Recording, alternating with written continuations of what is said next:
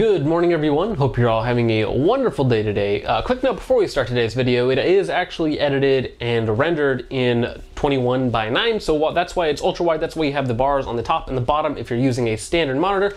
But if you are using an ultra wide monitor, or if you have a couple of them like I do, it will fill out your entire screen, and I just thought I'd do that for a more cinematic approach.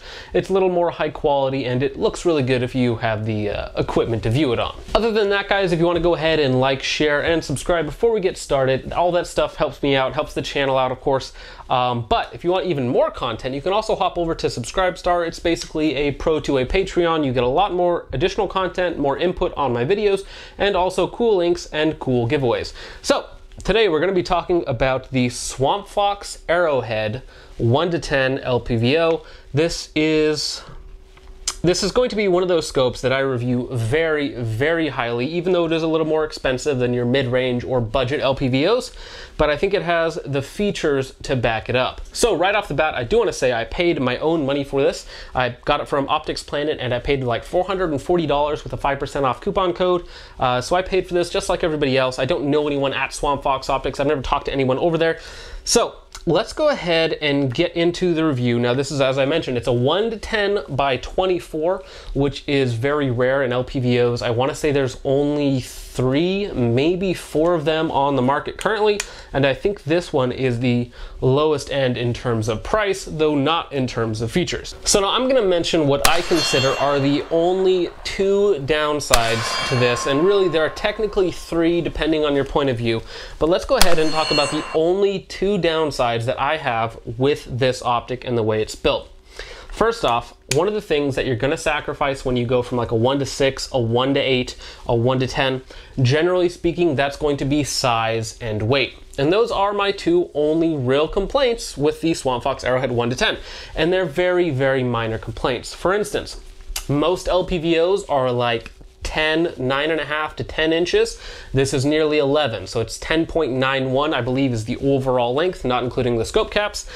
So you sacrifice, it's about 10% longer than your average LPVO. In terms of weight, it's a little over 20 ounces. Now, most LPVOs, and a few that I'm going to compare it to here, are about 16 to 18 ounces, so you're going to be sacrificing anywhere from 2 to 4 ounces to get that extra magnification in there. Now, those are general drawbacks of 1-10s. Not all 1-10s, but general drawbacks of 1-10s, and they are very, very minor complaints. But like I said, those are my 2 really only real complaints. The other one would be that it's more expensive than some other LPVOs, some other good budget LPVOs, what I would consider very good optics, like the Vortex Strike Eagles and other things like that. But for the money, you get a lot of features for $450, somewhere between $400 and $450, depending on where you buy it, what deal you get, that sort of thing. So first good thing, let's go ahead and mention the glass quality on the 1-10, and then we'll get into some other features. But first off, the glass quality is what I would consider very good. It's not bleeding edge, it's not top tier. For instance, a Vortex like PST Gen 2, the 5-25, which is a very high magnification scope, it's anywhere from like a $600 to $1,000 scope. That has slightly better glass than this, but not by a huge margin. So I would consider this very, very good glass. The edge-to-edge clarity is very good. The sharpness is very good. And another really, really nice thing about it is that you do not have much degradation going from 1 to 10. So I would say the glass quality on this is very, very good. Now, let's go ahead and talk about eye relief.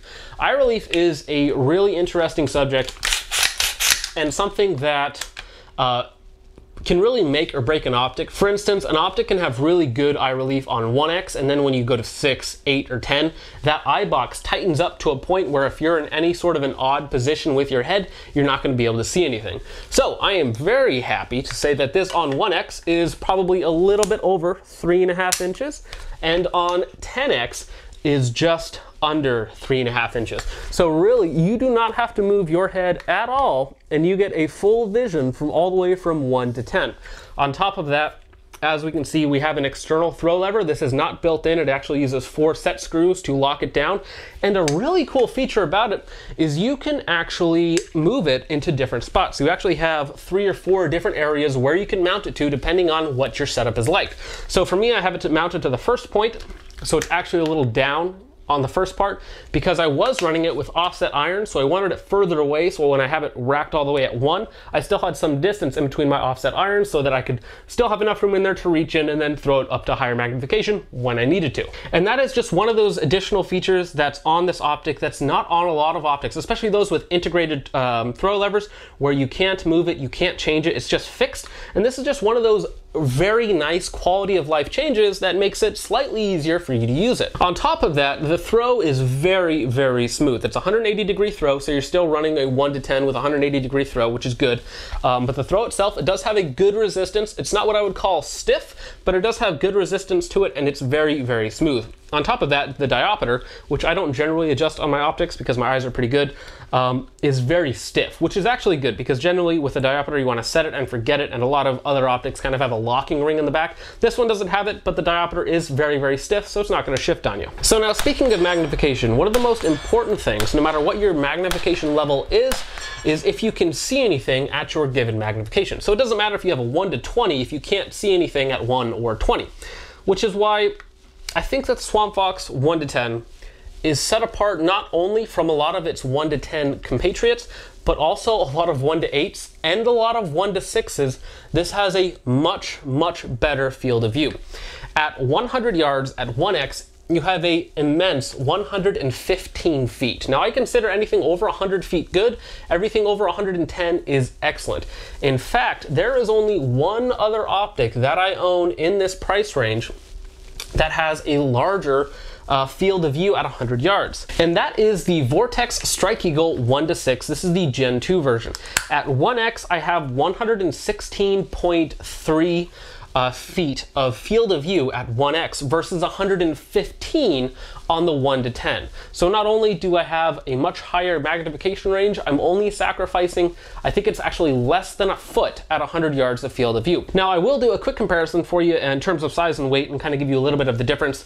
The 1 to 6 here, the Strike Eagle Gen 2, is 1 inch shorter, so it's about 10 inches long, and it's only 17 ounces. So that means it's 3 ounces lighter and it's 1 inch shorter, which means that even though you have very, very similar field of views at 1x, when you're looking down the optic, because it is shorter, it's a good bit shorter, you get much less of that tube effect. So the Swamp Fox 1 to 10 has, again, almost identical field of view at 100 yards, but because it has that longer tube, you actually see a lot more of it in your periphery, so you get more of a tube effect in that than you do in this, which is again a shorter and lighter optic. Just something to keep in mind, but the field of view on this is excellent and also excellent on the Swamp Fox 1 to 10. So 115 feet field of view is not only excellent for a 1 to 10, it's excellent for most LPVOs, which really puts this in a very, very strong category. So like I mentioned, the 1 to 6 on the Vortex is a little bit shorter, so you get a little bit less tube effect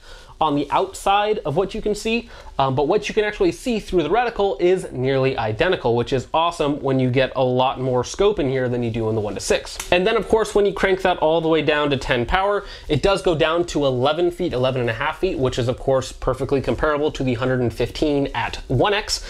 So overall, very, very good field of view. You can see a ton through this. But again, even if you have a great magnification range, even if you have a great field of view, it doesn't really matter all that much if your reticle sucks, which is why I decided to go with their BDC reticle. Now their BDC reticle is more of a 2/3 horseshoe with some hash marks in it, and then it has their general BDC for all your standard calibers. So it'll work really well with like a 16-inch 308 all the way down to, you know, a 16-inch 5.56. They'll be fairly close out to like 300 or 400 yards. Now, this scope also has a dial on top and the side for windage and elevation, of course, and it uses my favorite locking method. We'll talk about them in a minute. But the reason I went with a BDC versus an MOA, which I generally do prefer actually an MOA, so I can just, you know, I know that this rifle has a drop of like 10.1 MOA at 500 yards, so I can just dial in 10 MOA and hold a little high and hit my target every time, versus where the BDC might not be perfectly on. The reason I decided to go with the BDC is one, I might not only have it on this rifle. This is my 16-inch AR-10, by the way. This is where it spent its entire life, and it has done an excellent job. So the reason I decided to go with the BDC was that I wanted something that was going to be fast up close, fast out to like 200 to 300 to 400 yards, somewhere in that range. I didn't have to do any calculations. I could just use the BDC out to those ranges, and I'm still going to be on target on man-sized targets, and I wouldn't have to worry about dialing. And then when I get to beyond that, you know, 500, 600, 700 yards, then I can use my turrets and be very, very precise and shoot exactly where I want to. So I want it to be fast, really fast, out to 400 yards, where I don't have to worry about dialing at all. And then if I get beyond that, where I can take more time and where, you know, I need to be more precise at long range, I can use that center dot and use the dials to dial in my elevation, my windage, that sort of thing.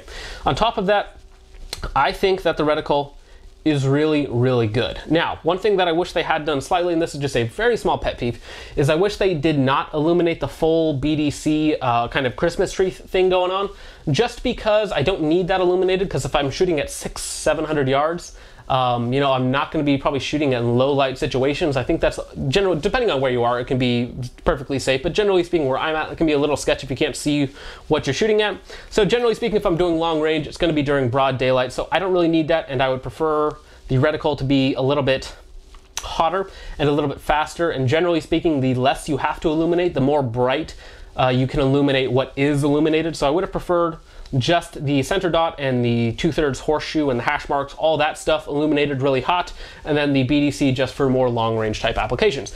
So now, of course, this is a second focal plane optic, and I think that they did a really good job with the reticle. I think that they made it really fast up close with the 2/3 horseshoe with just the center dot, a really hot center dot, which makes it really fast up close and also precise enough at long range. So at 10x, that dot, I think it's less than an MOA. It might be an MOA, it might be slightly less, somewhere in that range, but that is more than precise enough for your, you know, 0 to 800 yard shots. If you're getting way beyond that, then you're kind of running out of the limitations of your rifle and also me as the shooter.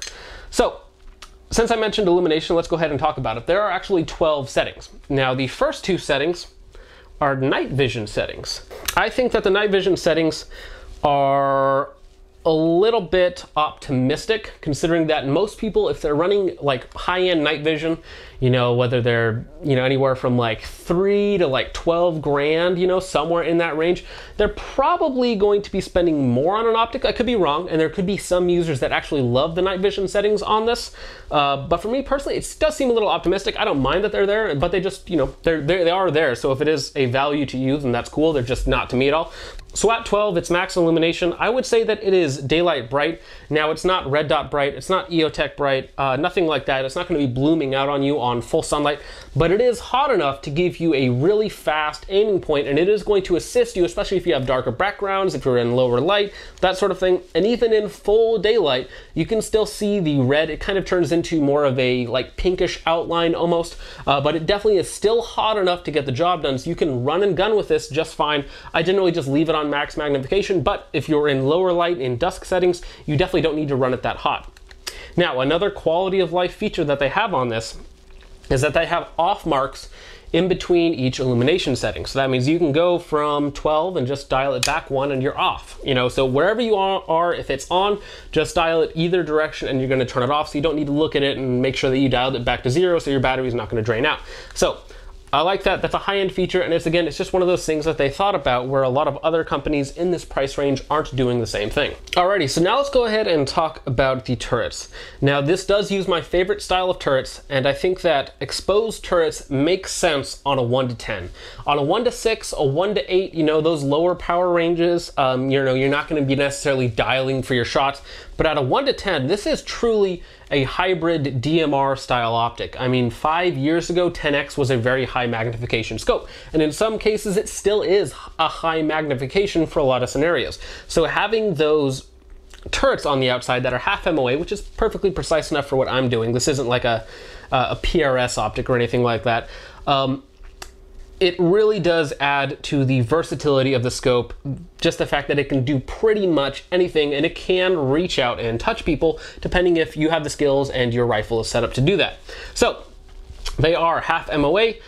To adjust them, you lift up, you twist. They have very good clicks. They're slightly mushy. They're not the crispest clicks in the world, but they are precise enough, they track really well, and of course they return to zero. So I have mine zeroed out right now. To zero them out, you loosen up the top, you lift up, you set down where you want, you tighten it back down, and you are good to go.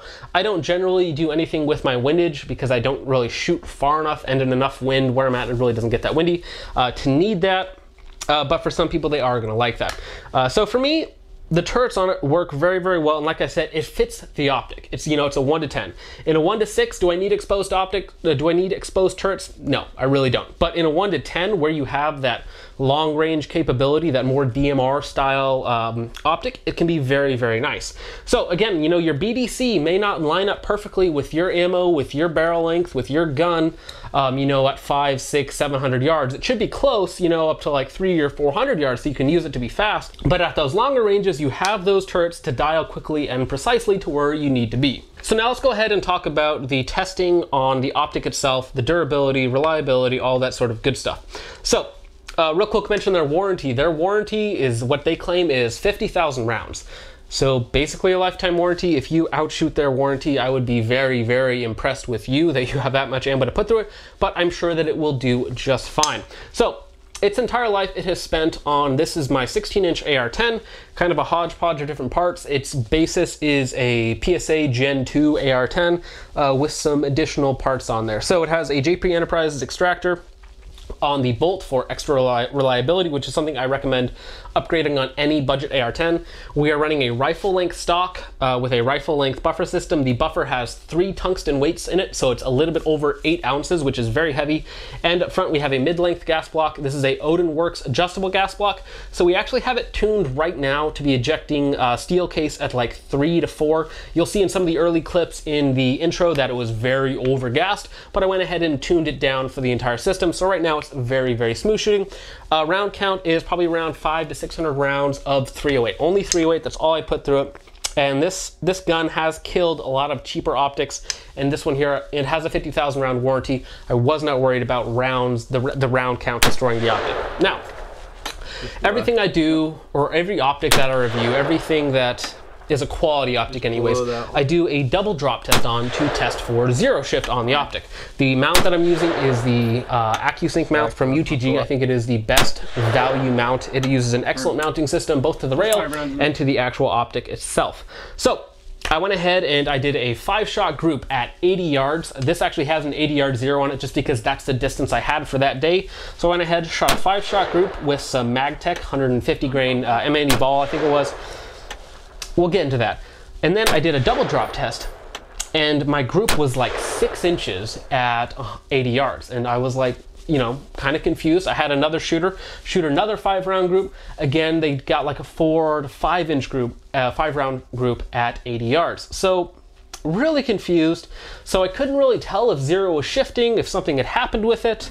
But then I went and I took it out and I did another double drop test on it because I wanted to reconfirm to see if something had just gone wrong with the optic. And so I shot another 5-round group, again, came out horrible. I did the double drop test, shot another 5-round group, again, came out horrible. So at this point, it's had 4 drops done to it, and I'm just getting these horrible groups with this Magtech M80 ball. And then I put 5 rounds of Wolf Classic through it, and again, at 50 yards, so it's just a little low at 50 yards because it's an 80-yard zero, I put 5 rounds touching each other at 50 yards, and it's just perfectly just low, so it's perfectly zeroed still for 80 yards like it should be. So that older Magtech M80 ball was shooting like 6 MOA out of this guy, which this is a sub MOA gun. It will shoot 168 grain stuff, just under 1 MOA if you're doing the right thing, even with a bad trigger. We just have a bad mil-spec trigger in here. And it shoots that Wolf Classic stuff like 1.5 inches. You'll see the group on there. It shoots very, very good. But I was surprised at how bad that Magtech M80 ball was. Don't know if it was just a specific batch, so I went ahead and I shot all of that off that I had because I just wanted to get rid of it because it shot so horribly through this guy. So just to reiterate, we actually ended up doing 4 drops on it, 4 shoulder height drops. One of them was onto some grass and some rocks and kind of like an overgrown area, and the other one was onto just a gravel road with like a couple layers of tarp down on top of it. And of course it was perfectly fine, absolutely no shift in zero, which is really, really nice, especially in an optic, you know, that this isn't necessarily what I would consider a cheap or necessarily a budget optic. You know, it's more expensive than like an EOTech in most cases. You know, you're spending anywhere from $400, $450 bucks, and you are getting a lot of optic for it. I also went ahead and tossed it in a creek twice, and it did perfectly fine. Once again, it's IPX7 certified, which is like a half hour at 1 meter, so I knew that that wasn't gonna hurt it either, and that was after the double drop test, I should mention. So, all in all, through all of the ammo testing, the 4 drop tests, the 2 submersion tests, it has been perfectly fine, no shift in 0, and no issues whatsoever. So like I said in the beginning of this video, I really don't have anything to complain about this optic. It has done an absolutely excellent job for me in every situation that I put it through. I've done everything from a lot of close range shooting, because that's really, the LPVO needs to be fast up close, and also the furthest I've taken it up to so far is 300 yards, though we are going to be doing a really big LPVO video in general of just all of the different budget LPVOs, and we're going to be taking all of them out to 600 yards. So this will be one of those that does go out to 600 yards, and I'm sure, as of right now, all of the ones that I have on hand, I am sure that this 1 to 10 will do the best out of any of the sub $500 LPVOs that I'm going to test. I think there's going to be like 8 of them out there. So let's talk about a few competitive options and a few things that I've tried out that are similarly priced. One of those things being the Vortex Strike Eagle Gen 2. This is the 1 to 8. This is on my ACR, and this is, as I mentioned, the 1 to 8. The only advantage, well actually there's a couple advantages that this has. Again, it has a little bit smaller form factor. It's about 10 inches. It's just a little bit longer than 10 inches, so it's about an inch shorter. It's about 3 ounces lighter, and it's about $50 cheaper. So this is really close in price. I think the MSRP on this guy here is like $399, though generally you can get them for under $400, which is a really good value. On 1X, even though you have slightly less field of view, you only have 110 feet at 100 yards. Because it is shorter, you still get less of that tube effect, so it kind of looks like you see more, but you don't actually see more through the optic itself. I will say that the Strike Eagle Gen 2s do have excellent glass. Their glass maybe a hair better than the Swamp Fox, but very, very close, especially when you consider this is only a 1 to 8 versus a 1 to 10. Another area where these might have an advantage for you is they do have more windage markings, and their reticle is maybe a little bit simpler, a little bit more open. So depending on your point of view, this can have some advantages. Again, it is slightly cheaper, like $50 cheaper generally speaking. But you don't have the really nice turrets. You have cap turrets, which again is fine for 1 to 8, and you don't have the 1 to 10 magnification range. The throw lever is fixed, it's more stiff. The arrowhead feels a little higher quality, and it does get a little brighter at max illumination on the reticle itself. So again, there are pros and cons to both, but for the money, I mean, you're going to be really hard pressed to beat either of these optics. Either one that you go with is going to be very, very good. So this is a very, very interesting optic in my opinion. Everything on here feels like it has a purpose and like it lends to the overall design. For instance, you know, you have a very high magnification range, all the way from 1 to 10. You also have very precise, very nice turrets, for again, that help you out at those long ranges. You have the BDC reticle that I chose with. They also have a MOA reticle, though the MOA reticle, again, you're just gonna have to use MOA for everything versus, you know, having the fast BDC for 200, 300, 400 yard shots, and then your more precise turrets for longer range shots just using the center dot. But then again, that's personal preference. I think that the illumination on here is really good. It does have night vision settings. You know, if that's something that you're into, that could be a really good option if you need an optic that has that. Though again, I think that's somewhat optimistic. The overall form factor and size, it is a little longer, it is a little heavier than most optics, so it fits really well on here. This is a 16-inch, again, 308 AR-10, and this is a really heavy gun. Right now, as you see it, it's probably like 13 pounds without anything on it, no slings, no iron sights, no nothing. It's a very heavy gun. So I think that this optic fits best in a gun that is very versatile. A 16-inch 308 is not crazy versatile. I don't like to use it up close. I do shoot it up close a lot, and it is fun, but if I had a choice using it up close, it would not be a good option for me. I would much rather be running around with a 16-inch AR-15, which is gonna, again, save me like 5 pounds in weight almost, depending on the configuration that it's in, and I would still be able to reach out to 600, 700 yards if I was a talented enough shooter. So, I wouldn't add this optic to a gun that is already towards the heavy end, kind of like this is, unless you're setting it up as more of a DMR style rifle and not like a run-and gun. Now, an LPVO needs to be good at both. So for this, honestly, this fits better into like SPRs, so like your 14.5, 16, 18, 20 inch, like 5.56 guns. This works really, really well for that. Or if you have a lighter 308, I think it'll work really well for that.